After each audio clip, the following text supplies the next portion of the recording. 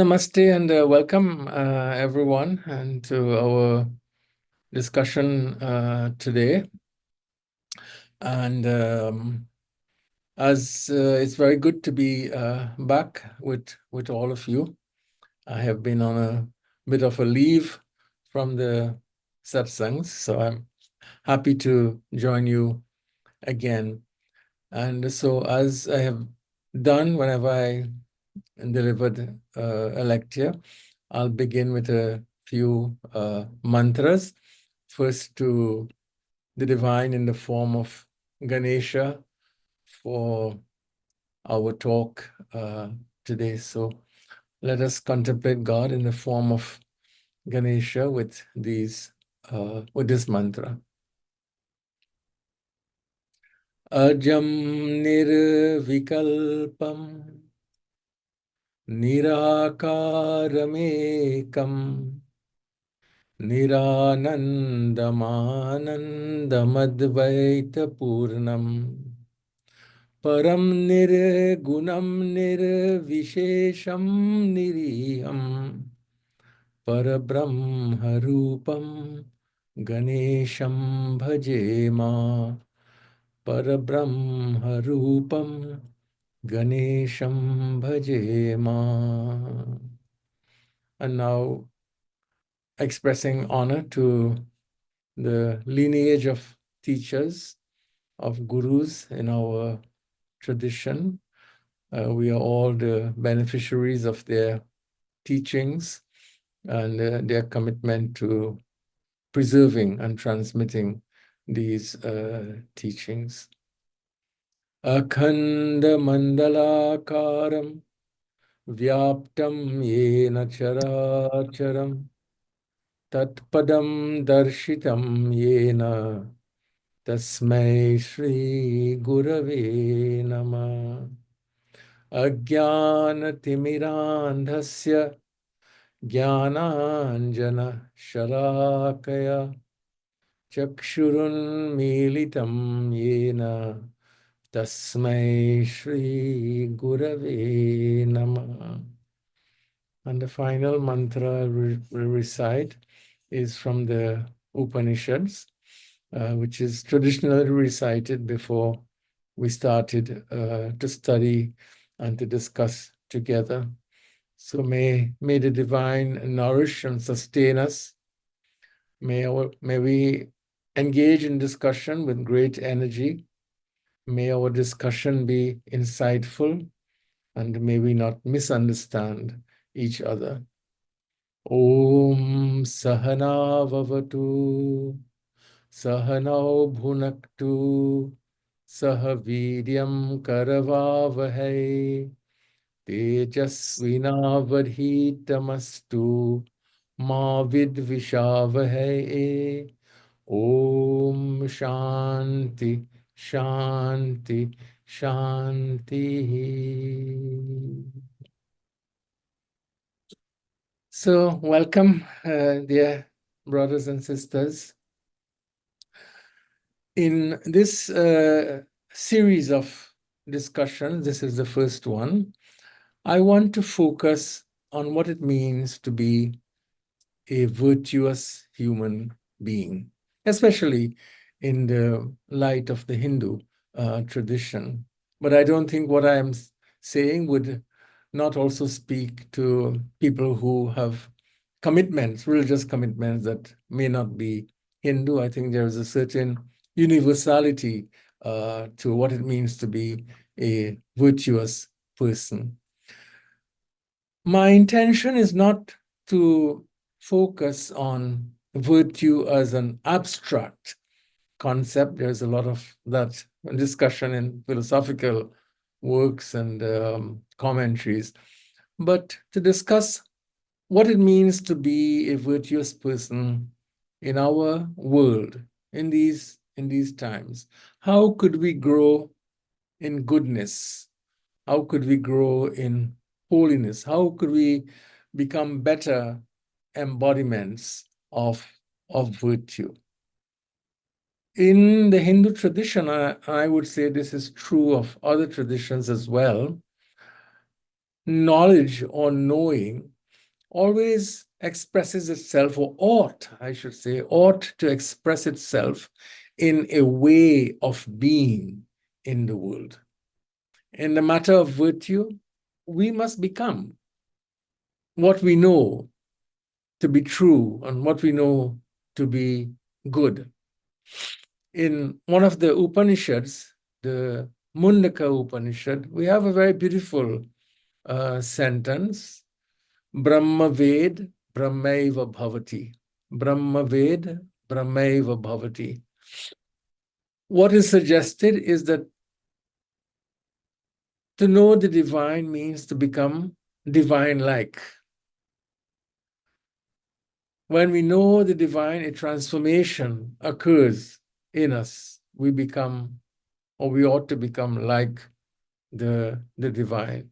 Knowledge should be and ought to be consequential, especially when we're speaking about religious wisdom, about spiritual wisdom.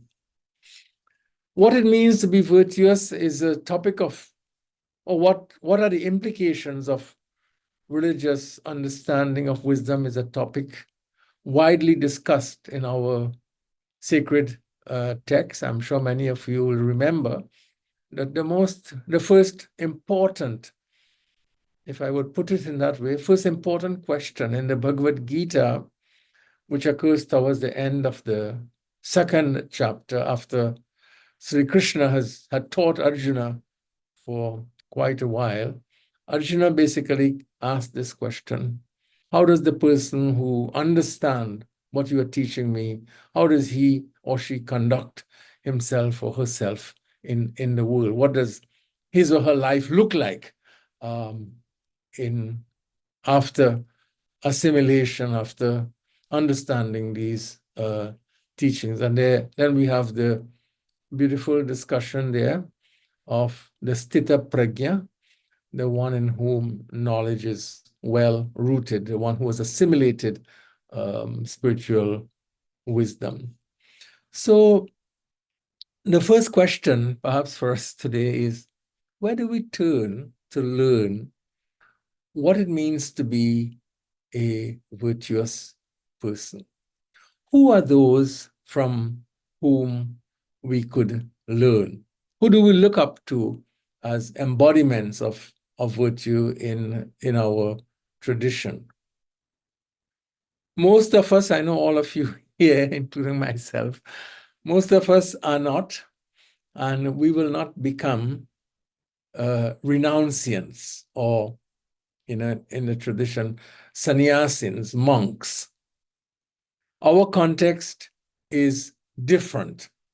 We are, and we will continue to be, mothers, grandmothers, fathers, grandfathers, wives, husbands. Many of us are still active in our professions and in our communities. We are embedded deeply in relationships of various kinds. And it is in the context of these relationships that we must practice virtue. We must live the good life, the life we consider to be good. We can certainly learn about virtue and about a virtuous life from renunciants, from sannyasin, but the lifestyle of the renunciant, of the sannyasin, the monk, is only one way of being religious. Renunciation is a choice. What it means has been changing from traditional times to present times. Swami Vivekananda, for example, is a very good example, is a very good case of someone who sought to change the understanding of what it means to be a renunciant from the very traditional definitions, which of course still exists. He imagined renunciants as people who were active in the world, working in medical care, working in educational context, serving the poor and the needy. Traditionally, this was not the role of the renunciant. So it has been changing. In earlier times, and we have a series of texts called the Sannyasa Upanishads. The Sannyasa Upanishads are those texts that tell us and prescribes the life for the renunciant. So I just give you some examples. When one became a renunciant, according to these texts, one was immediately exempted, freed from having to perform traditional daily rituals, especially those rituals that consisted of making offerings into the sacred fire, the Agnihotra, as we say in Sanskrit. So one was not under any obligation to perform these rituals. The renunciant was also freed from all family and social obligations, and this was signified by the adoption of a new name. The renunciant was also free from obligations connected with any profession. In fact, I would add that the consequences of renunciation, traditional renunciation, are similar to those that follow death or dying. Because renunciation resulted in the dissolution of marriage,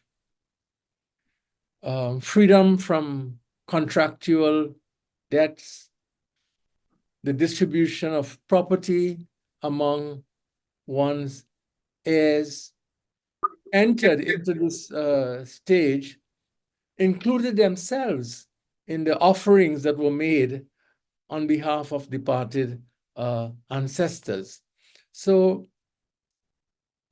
the lifestyle of the renunciant was one of wandering without a permanent home, physically moving away from family and community, traveling from village to village, except during the rainy season when they were free to have a fixed abode for a certain time.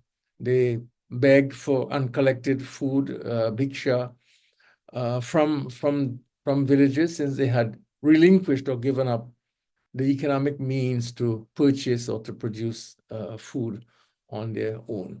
So that's a traditional definition of the renunciant. And as I said, most of us are not going to become renunciants in our own lifetime. It's a choice. It's one way of being religious. It's not the only way of being religious or practicing what it means to live the spiritual life. Our context, as is obvious, as I said, is that of life in families, in community, in profession. And our understanding of the practice of virtue must be in relation to our own context in all of these relationships. So we can learn from the renunciants, but who do we look to as exemplars of virtue? Is there a better model for us? And I think that there is, and that's the one that I want to speak about in this series and to commend to each of you. I think it's one that we can all seek to emulate and to learn deeply from. And I am speaking here of those in our tradition who are called sants or santas. A santa may be a renunciant, but a santa does not have to be a renunciant. And many, if not most of the santas are not renunciants. A santa may be a person who is immersed in family life, in community life, a person who still practices his or her profession. Santa Kabir, for example, was a tailor and continued with his profession. The word Santa comes from the Sanskrit root sat, as you would have probably recognized, which means truth or goodness. So the name Santa means any person, a person who has deeply assimilated or internalized, or who's an embodiment of goodness, of truth and of goodness. So it's a title that is given to various people in our traditions, and I'm sure you can think of so many of them. Sant Gyaneshwar, Sant Kabir, Sant Tukaram, Sant Tulsidas, women, Sant Mira, for example. The closest English word to sant, I would say, is saint, but the root meanings of sant and saint are naturally different. A saint comes, it has Latin associations, sanctus, which means holy or sacred. So a saint is someone who lives a life of holiness, centered on the sacred. And in the Catholic tradition, there's a formal process of declaring a person as a saint. You may have recently seen that soon Minnesota may have for the first time, its own Catholic saint. This is someone who comes from the Duluth region, whose body was not long ago exhumed as part of the process of ascertaining the qualification of this person to be a saint in the Catholic tradition. But in the Hindu tradition, it's a more informal recognition of goodness in a person that leads the community to speak of him or her as a saint. It's not a title that is conferred through any kind of formal or authoritative institutional process. But I want to suggest in this series of lectures that this is a model for each of us. We should all aspire to become santas, to live the life of truth and goodness, to understand and to emulate what it means to be a virtuous person in the sant tradition. It's also a term that's quite well known in the Sikh tradition as well. To reflect deeply, to meditate on these virtues, and to see how the virtues of the santas might speak to us in our own context. So I want to share these virtues with you, but what they exactly mean to you, how you could incorporate these in your relationships, is a matter for you to think about and to consider. They're relevant to us, as I said, because santas are immersed in day-to-day life of the community.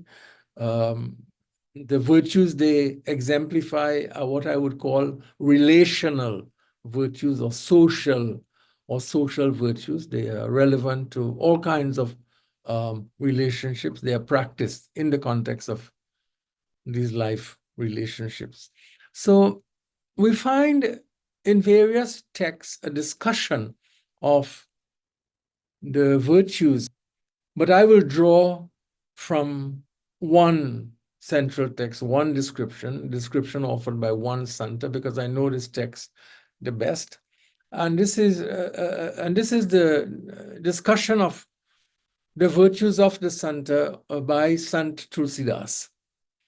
In his version of the Ramayana, which he calls, as you know, Charit Manas, he turns again and again and offers descriptions and definitions of who is a Santa and what are the virtues that we associate with the life of the Santas.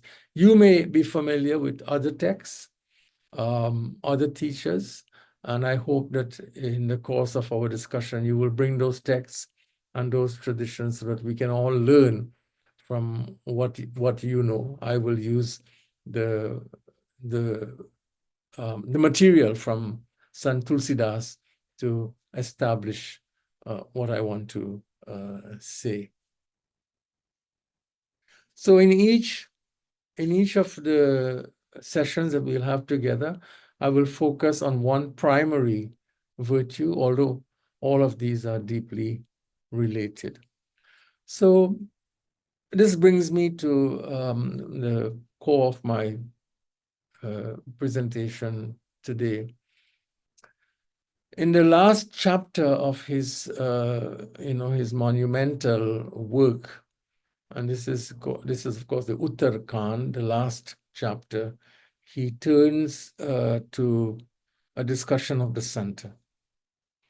And he begins this discussion with what I regard as one of the most beautiful examples, one of the most beautiful descriptions of what it means to be a virtuous person. So in his beautiful word, Tulsidas says that Santa asantani kai asikarani jimi kuthara chandana acharani katai parasu malai sunubhai nij guna dehi suganda basai. So he begins by giving an example. And he says that the difference between a virtuous person, a sant that he uses here, and a person lacking in virtue, and the opposite is asant, so santa and asanta, is like, or may be thought of as, or like the difference between a sandal tree, chandana, the sandal tree, and an axe. The axe, he says, cuts the sandal tree, but the fragrant sandal tree gives its perfume to the axe. The axe returns smelling as fragrant as the tree that it cut. The axe is saturated with the fragrance of the sandal tree. This is how he begins this discussion of who is a Santa and what are the virtues of the Santas. Now, this is the example we must meditate upon today. Now, first, the word chandana is the sandal, is the Sanskrit Hindi for sandalwood. It comes from the verb chanda, which means to shine, to give joy, to gladden another. So the fragrance of the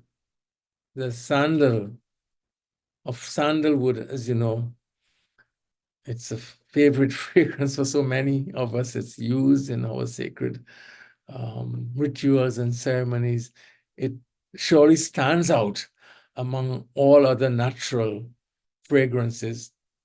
It soothes, it calms.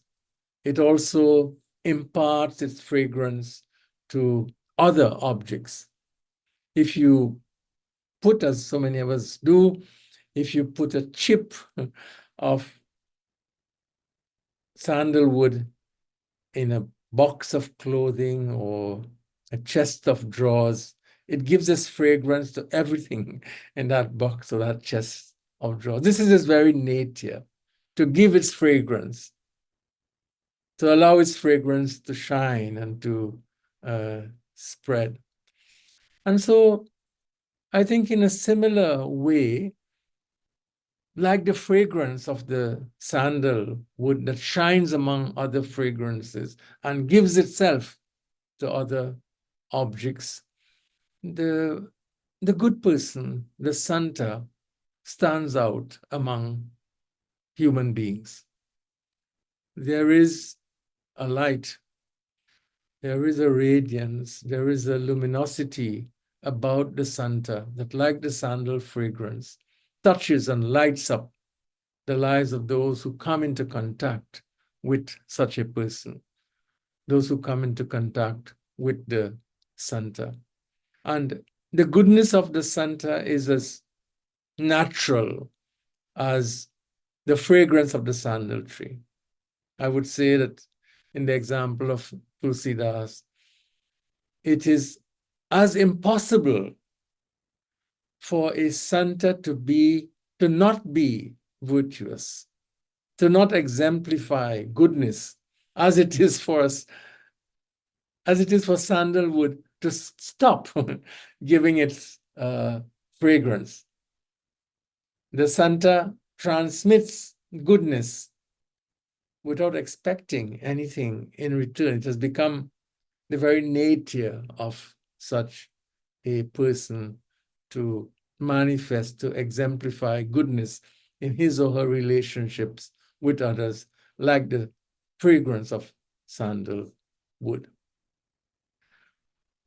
Now, there is something more in the example of Tulsidas. And I think this is why he uses the sandal tree and the axe. Perhaps we may argue that it is easy to be virtuous among people who are virtuous. It is easy to be kind and to be loving towards those who are loving and kind towards us. But how do we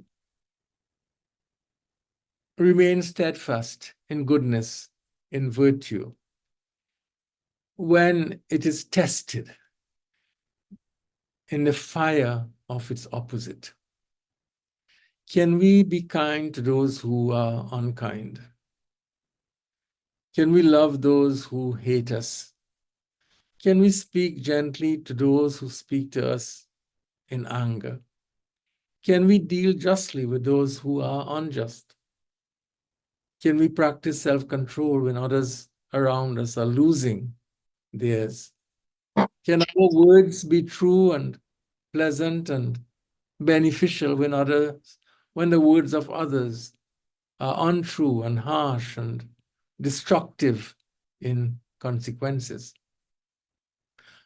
So I think this is part of the challenge of the example of Tulsidas, which is that our commitment to goodness, to virtue, is tested when we face those who care nothing for what goodness or virtue means.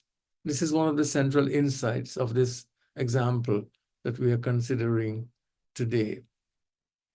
The sandal tree never wavers from its nature. It can't but be fragrant. It gives generously of its fragrance, even to the axe that cuts it. The axe, as we see, comes away with the fragrance of the sandal tree. The cruelty of the axe, if I can put it in that way, does not change or alter the nature of the sandal tree to be fragrant, to smell beautifully. In a similar way, a Santa does not become unjust because others are unjust, does not hate because others hate, does not speak in anger because others do. The goodness of the Santa is not altered by the lack of goodness in others. I think the point is that, if the behavior of someone succeeds in provoking a response from us that is contrary to our own wisdom and deeply held values, then we have ceded, we have given power and control to another. We are no longer in control of ourselves. There is a story, traditional story that is told, which I would repeat to you, about an ascetic, a renunciant, who finished his morning bath in a river and then sat on a rock on the river bank. But this was a rock that was used daily by a washerman. In Hindi, the dhobi, the one who washes clothing. So this washerman, the dhobi, following his own morning routine, came with his donkey laden with a basket of clothing to wash for his clients, his customers. And he saw the renunciant, the ascetic, sitting on the rock which he used for beating the dirty clothing. So he waited for a while, hoping that the renunciant would finish his ritual or his meditation, whatever he was doing. But it took a while. And he waited long, and finally he spoke to the renunciant and said, "It is getting late for my day's work.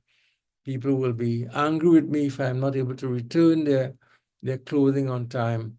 Would you please finish so that I can use the stone and proceed with my work?" The renunciant did not respond to him. He paid no attention, and the washerman, the dhobi, waited and repeated his request. And still, the renunciant was not responsive. So thinking that perhaps he had not heard him, the dhobi stepped forward and very gently placed his hand on the ascetic's shoulder, trying to get his attention. And immediately, when the renunciant felt the touch of the dhobi's hand, he got angry. He lost his temper and pushed the dhobi away. Well, I mean, the dhobi is not a renunciant, so he doesn't respond passively. He also got angry, lost his temper, and firmly tried to move this man from his workplace. So the renunciant reacted violently, and a fight broke out between the two of them. And as you can guess, I mean, the dhobi got the better of the of the renunciant. So at the end of it, the renunciant was in a sad plight.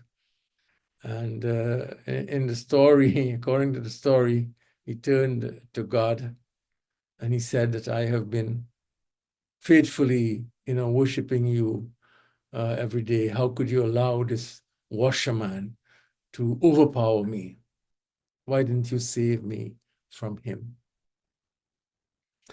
And a response came quite quick. And he heard a voice from the skies, Akash, saying that your words are true. I wanted to help you, but I could not tell who was the renunciant and who was the dhobi.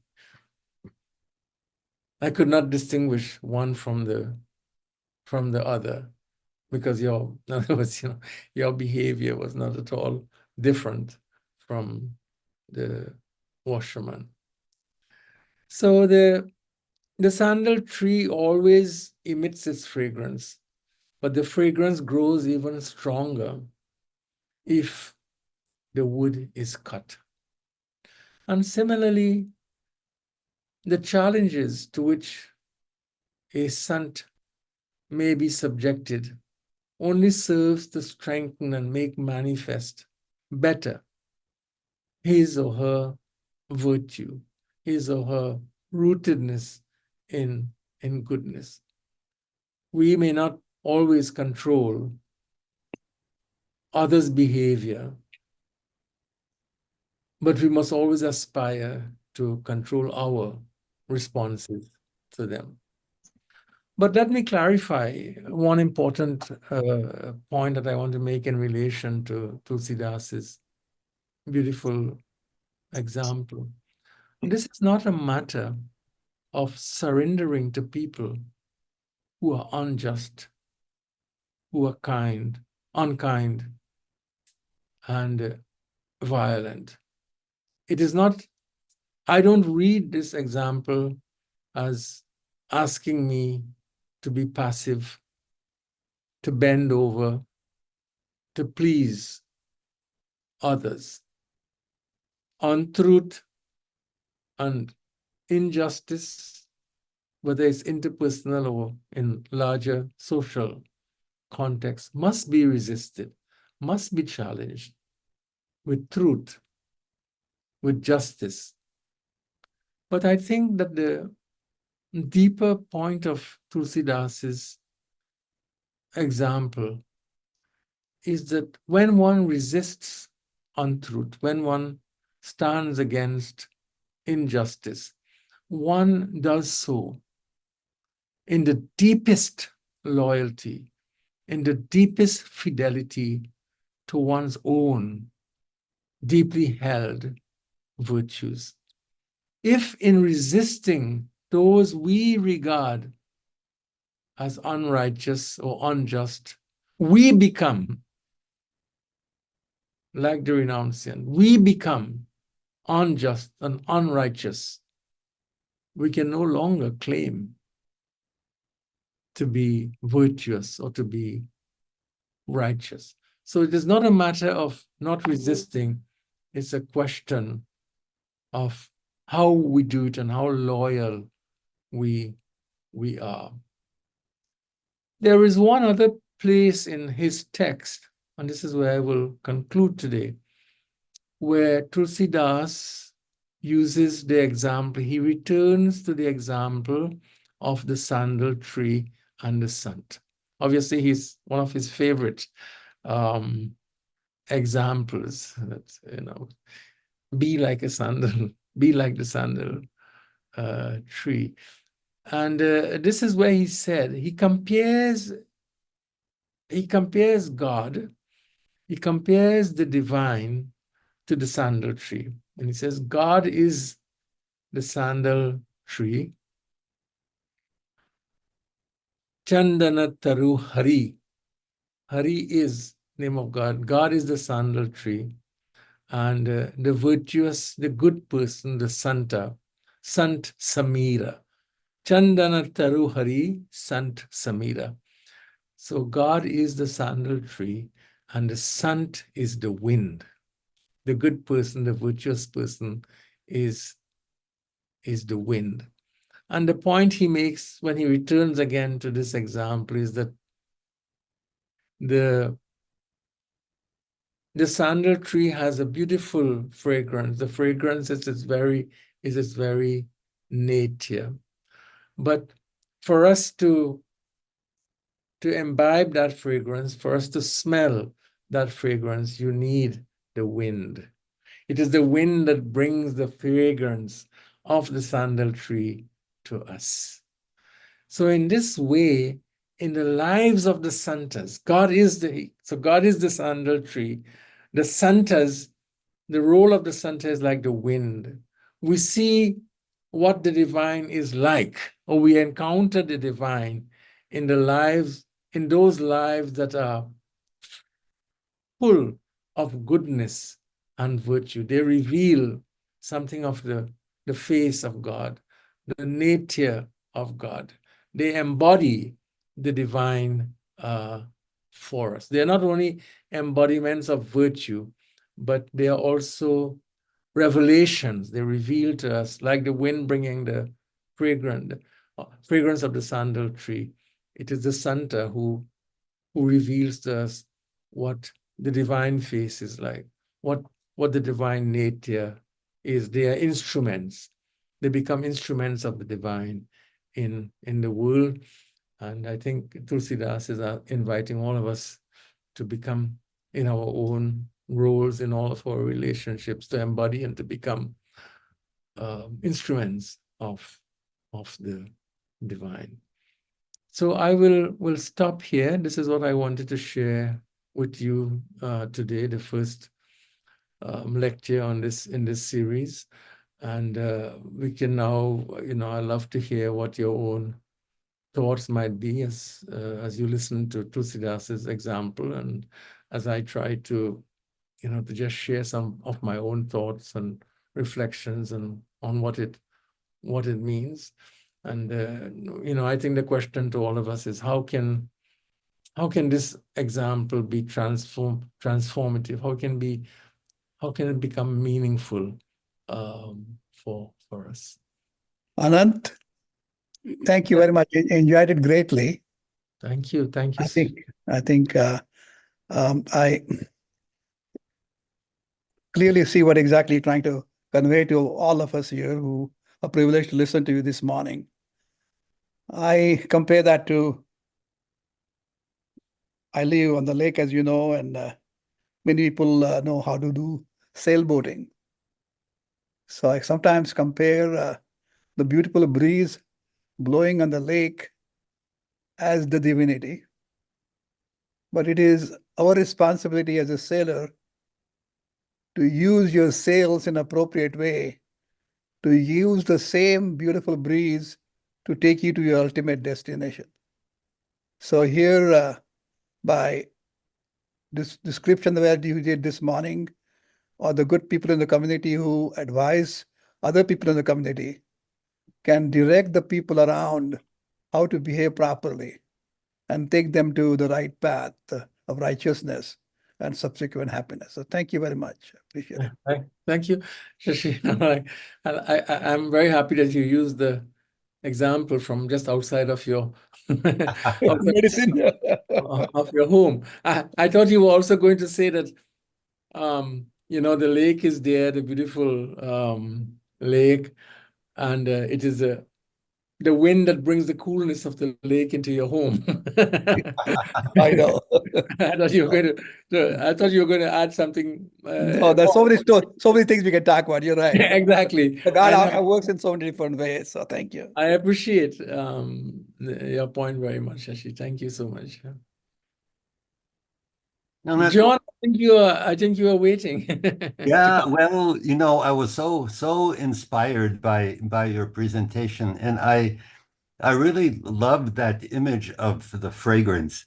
And what it brought to mind is a very fundamental teaching in Christianity.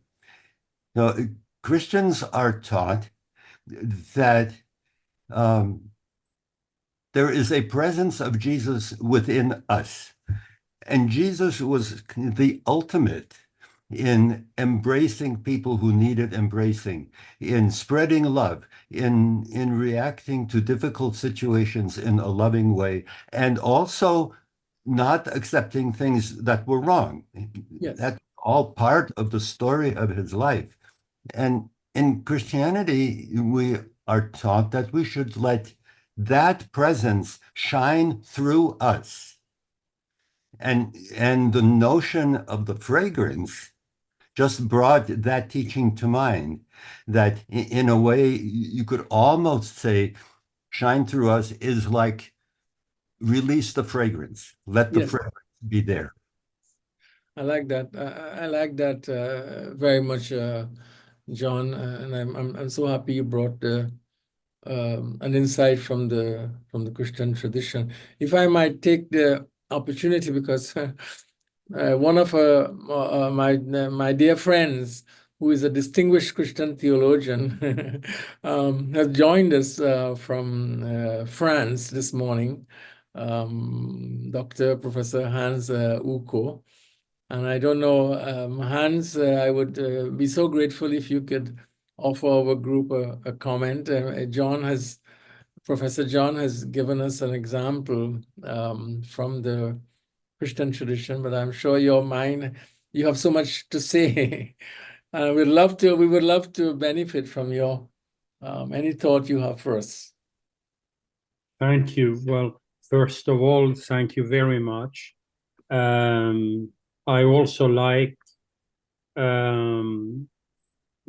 what you said about the fragrance, and then the sad reality that even when the axe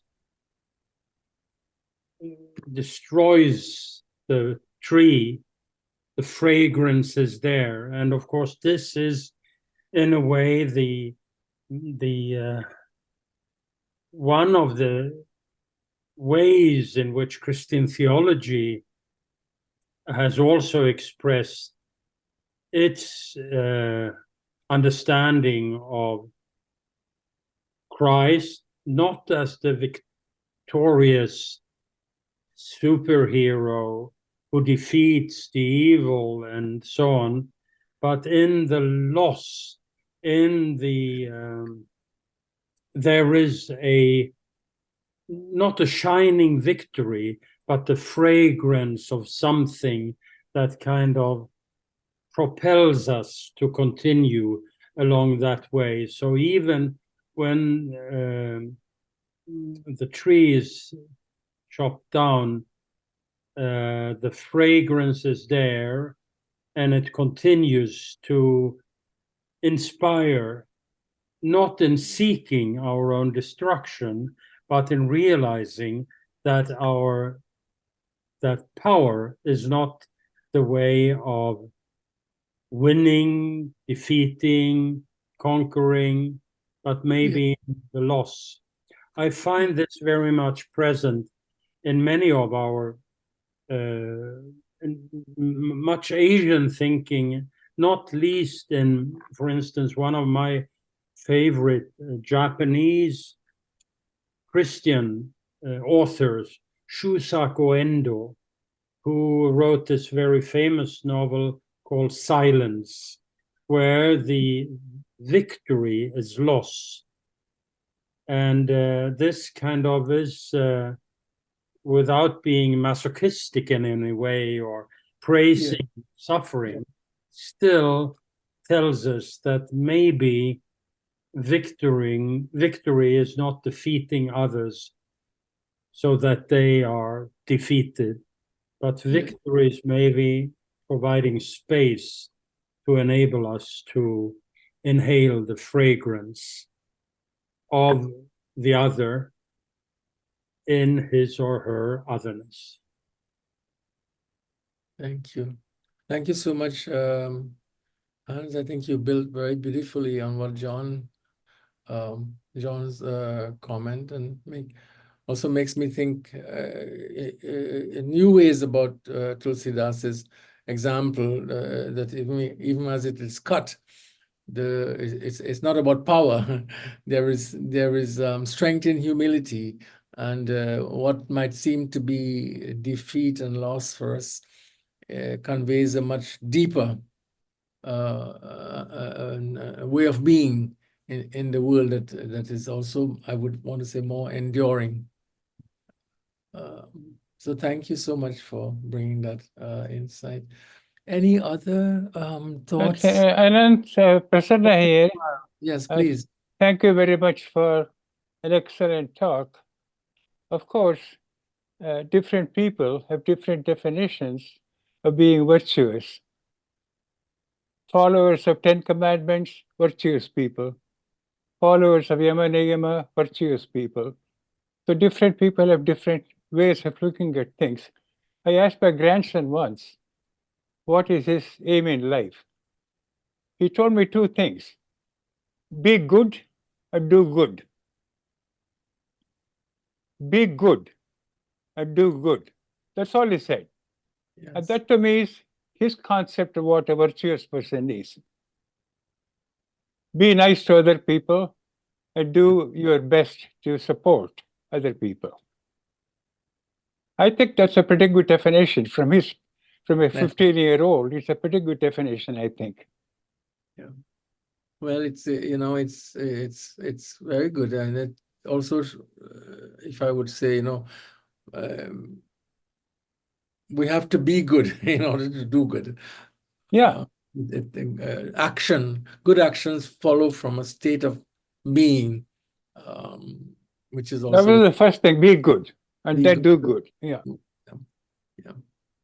Thank you for sharing your grandchild's wisdom with us, Professor Kumar. Much appreciated today. Well, I want to thank all of you for joining our discussion and for all the insights you brought and shared. And I will continue. As I said in each talk, I want to lift one of the virtues and examples of the santas of the Hindu tradition. And I hope, Hans, you will join us again. I think comparative discussion is so illuminating. And as you and John shared today and we'd love to learn about what this example might mean from another tradition. Hans and I have a very long history of dialogue together, so forgive me for coming back to him again and again, and I hope you would join us. So let me close with the beautiful prayer from Brihadaranyaka Upanishad. I think we can all say, lead us from untruth to truth, lead us from darkness to light, and lead us from death to immortality.